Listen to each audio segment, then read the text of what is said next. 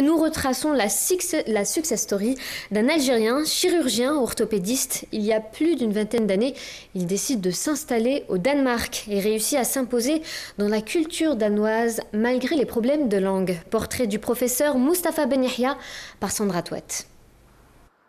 Grâce à son savoir-faire et ses qualités humaines, le professeur Mustapha Ben Yahya a acquis une grande notoriété dans le domaine de la chirurgie orthopédique, notamment celle du pied. Pourtant, au début, rien n'était gagné.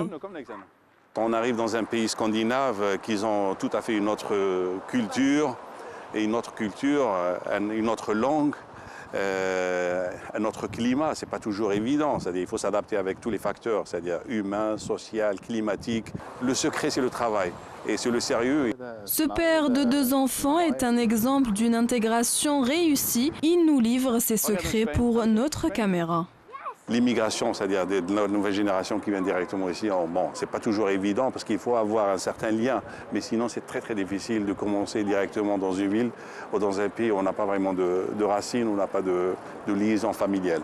Mais généralement, c'est les compétences qui parlent, c'est-à-dire si quelqu'un prouve sur le champ, c'est-à-dire sur le terrain, qu'il est capable d'assumer la fonction, normalement il n'y a pas de problème. C'est-à-dire il y a des Algériens qui travaillent au même pied que les autres Danois qui sont issus du Danemark et tout.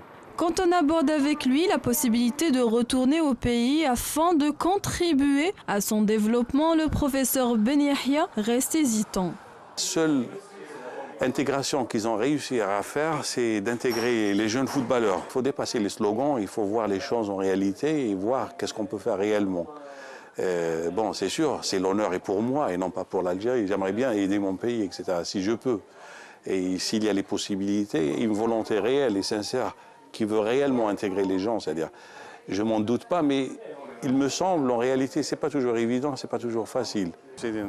L'appel est lancé. Mustapha Ben Yahya ne demande qu'à aider son pays si les autorités locales montrent leur bonne volonté.